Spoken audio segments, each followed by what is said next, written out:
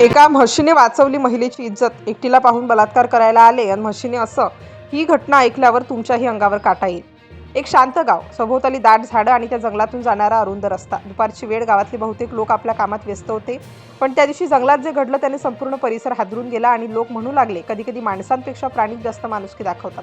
गावातील एक महिला रोजच्या सवयीप्रमाणे त्या दिवशीही आपल्या पाळीव जनावरांना घेऊन जंगलाच्या दिशेने निघाली. तिच्यासोबत होती तिची आवडती म्हैस. अनेक वर्षांपासून ती तिच्या सोबत होती. जणू ती फक्त जनावर नव्हती तर तिच्या कुटुंबातील एक सदस्यच होती. त्या दिवशी हवामानही थोडं वेगळं होतं. जंगलात शांतता होती. पक्ष्यांचे आवाजही कमी झाले होते. वातावरणात काहीतरी अनोळखी जाणवत होता. पण त्या महिलेला त्याची कल्पनाही नव्हती. ती निवांतपणे जनावरं चरवत होती. थोड्याच वेळात ती जंगलाच्या आणखी आत गेली. सभोवताली दाट झाडं, दूरवर कुणीच नव्हतं. अचानक तिच्या नजरेस दोन सावल्या दिसल्या. पण ती सुरुवातीला दुर्लक्ष करत पुढे गेली, कारण जंगलात कधी कधी लोक जात असतात असं तिला वाटलं. पण काही क्षणातच त्या सावल्या तिच्या जवळ आल्या. दोघे अनोळखी पुरुष तिच्या समोर उभे राहिले. त्यांनी सुरुवातीला साध्या आवाजात बोलायला सुरुवात केली. पत्ता विचारण्याचा बहाणा केला. महिला थोडी घाबरली, पण तिने शांतपणे उत्तर देण्याचा प्रयत्न केला. पण काही क्षणातच वातावरण बदललं. त्यांचा आवाज बदलला, नजर बदलली आणि त्यांची हालचालही संशयास्पद झाली. महिलेला काहीतरी चुकीचं घडणार आहे याची जाणीव झाली. तिच्या अंगात भीतीची लहर पसरली. ती मागे सरकू लागली. महिला घाबरली. तिने त्यांना दूर राहण्यास सांगितलं, पण ती ऐकायला तयार नव्हती. परिस्थिती गंभीर होत चालली होती. महिलेने तिथून पळण्याचा प्रयत्न केला, पण दोघांनी तिला अडवलं. तिच्यावर जबरदस्ती करण्याचा प्रयत्न झाला. महिला घाबरून गेली. तिच्या डोळ्यात अश्रू आले, पण ती हार मानायला तयार नव्हती.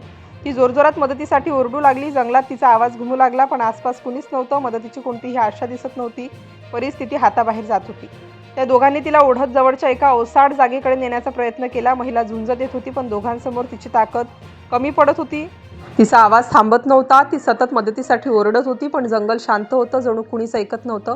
तिच्या डोळ्यासमोर अंधार पसरत होता. अचानक काहीतरी आवाज झाला. झाडांच्या पानांची सडसड, जमीन हलल्यासारखी. सुरुवातीला त्या दोघांनी दुर्लक्ष केलं, पण आवाज वाढत गेला आणि अचानक दृश्य बदललं. दूरवरून एक आकृती वेगाने त्यांच्या दिशेने येत होती. त्या क्षणी महिलेलाही काहीतरी वेगळं जाणवलं. तिच्या चेहऱ्यावर आशेची एक किरण दिसू लागली. त्या आकृतीने अचानक वेग वाढला आणि काही सेकंदातच ती त्यांच्या जवळ पोहोचली. ते दृश्य पाहून दोघेही घाबरले, कारण त्यांच्या समोर उभी होती तीच म्हैस. म्हशीचा रुद्रावतार पाहून दोघे घाबरले. म्हशीने जोरात आवाज केला आणि थेट त्यांच्या दिशेने धाव घेतली. परिस्थिती अचानक उलटली. म्हशीने आपल्या शिंगांनी हल्ला करण्यास सुरुवात केली. दोघेही गोंधळले. त्यांनी महिलेला सोडलं आणि स्वतःचा बचाव करण्याचा प्रयत्न करत होते. म्हैस थांबायला तयार नव्हती. ती सतत त्यांच्यावर धावत होती. त्या क्षणी जणू ती आपल्या मालकिणीचं रक्षण करण्यासाठी उभी राहिली होती. दोघेही घाबरले. त्यांनी तिथून पळ काढण्याचा प्रयत्न केला. म्हशीने त्यांचा पाठलाग केला आणि शेवटी ते दोघे जंगलातून पडून गेले.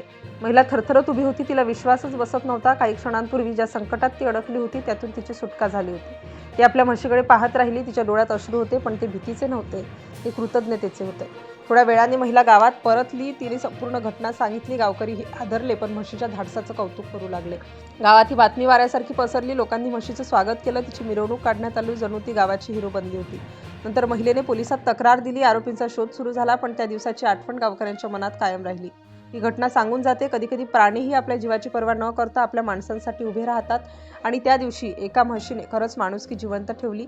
तिच्या धाडसामुळे एका महिलेची इज्जत वाचली आणि संपूर्ण गावाने एका प्राण्याला नायकाचा दर्जा दिला.